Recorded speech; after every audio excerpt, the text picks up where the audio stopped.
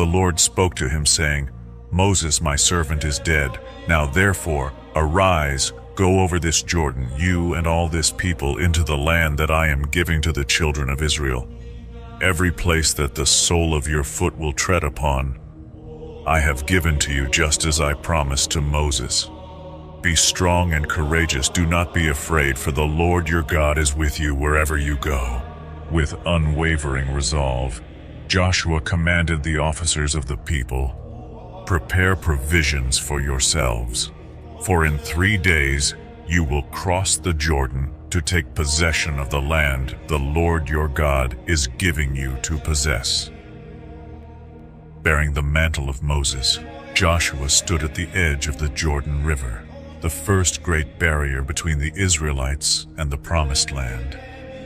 The waters surged and roared ahead, an unyielding torrent, yet Joshua's voice was steady, filled with authority. "Prepare yourselves. In 3 days, we will cross." His command carried the weight of unshakable resolve, instilling courage in the hearts of the people.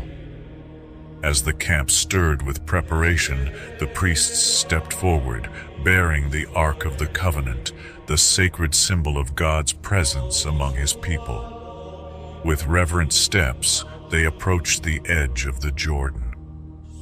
As their feet touched the rushing waters, an awe-inspiring miracle unfolded.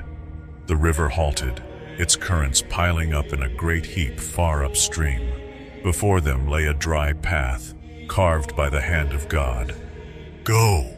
Joshua shouted, and the Israelites crossed, their hearts filled with wonder and hope, their eyes fixed on the land that awaited them on the other side. The first great challenge rose before them soon after.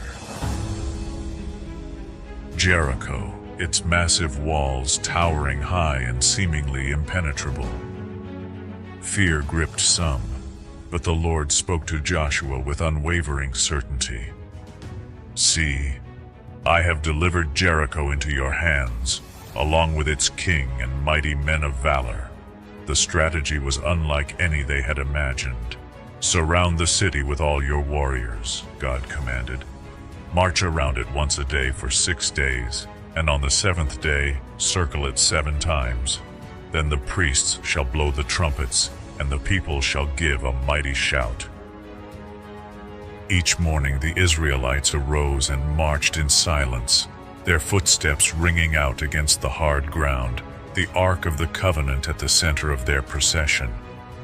The inhabitants of Jericho watched from atop the walls, first with curiosity, then with derision, hurling jeers and insults. Yet the Israelites remained silent, their obedience a testament to their trust in God. Tension mounted with each passing day, the air heavy with anticipation. At last, the 7th day arrived. As the priests blew their trumpets, the people shouted with all their might. The sound reverberated through the air, and in an instant, Jericho's walls began to tremble. With a thunderous crash, they collapsed inward, leaving the city exposed. With victorious cries, the Israelites surged forward, taking Jericho just as God had commanded, sparing nothing except Rahab and her family, who had sheltered the spies. The conquest of the Promised Land continued with unrelenting determination. Each victory, though hard-fought, bore the mark of divine intervention. At Gibeon, a coalition of kings rose against Israel, threatening to halt their progress.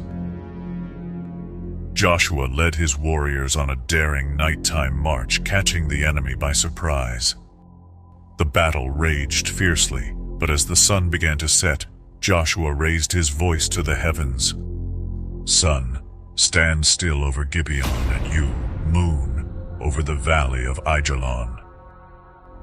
And the Lord answered his plea. The sun halted, and the moon stood still. The day prolonged until Israel's enemies were utterly defeated. Never before had such a thing happened, where the Lord heeded the voice of a man. The campaign stretched on, city by city, kingdom by kingdom. The city of Hazor, the mightiest of the northern strongholds, rose as a formidable opponent, but Joshua, emboldened by God's command, led the Israelites to victory. "Burn the city," he commanded, ensuring that Hazor would never again rise as a threat. After years of warfare, the land finally found rest. The tribes of Israel received their inheritance, the promise to their ancestors fulfilled.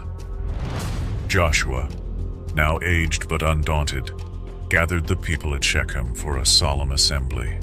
Standing before them, he recounted all that the Lord had done for them, from the covenant with Abraham to their deliverance from Egypt and their victories in Canaan. Then, with a voice filled with authority and passion, he proclaimed, "Choose this day whom you will serve, whether the gods your ancestors served beyond the Euphrates, or the gods of the Amorites in whose land you dwell. But as for me and my household, we will serve the Lord." The people responded with one voice, "We will serve the Lord, for he is our God." They renewed their covenant, pledging their loyalty to the one who had brought them into the land of promise. Under Joshua's leadership, the Israelites took possession of the promised land, fulfilling the promises of God. Yet after Joshua's death, Israel faced a new reality. Without a leader to guide them, they fell into cycles of rebellion and repentance. In those days, there was no king in Israel. Everyone did as they saw fit. Forgetting God's commands, they turned to the idols of the surrounding nations. In their distress, they cried out to the Lord, and he, ever merciful, raised up judges to deliver them from their enemies. But the people's hearts wavered, and their longing for a king grew louder. "We want to be like the other nations," they pleaded with the prophet Samuel. "Give us a king to rule over us and lead us into battle." God granted their request, and Saul was chosen as Israel's first king. At first, Saul led with courage, uniting the tribes and securing victories against their enemies. But over time, pride and disobedience began to mar his reign. He strayed from the commands of the Lord, acting on his own wisdom rather than seeking divine guidance.